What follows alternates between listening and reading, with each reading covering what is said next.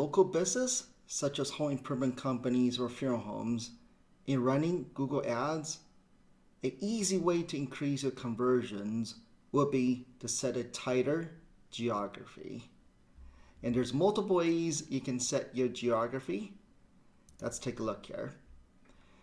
So if you're running Google Ads, for example, if you want to be attracting families to come into your funeral home or to your showroom, then I would recommend to run a smaller, tighter radius.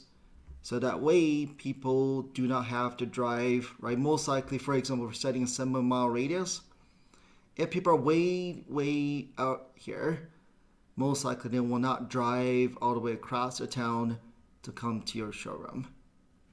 So I would say is if you're trying to attract people to come in to your facility, I will recommend to set a tighter geography.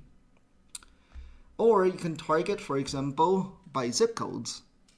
So if you're targeting high-end neighborhoods, I would recommend to just selectively choose a few neighborhoods, right? That's more high-end by targeting by zip codes.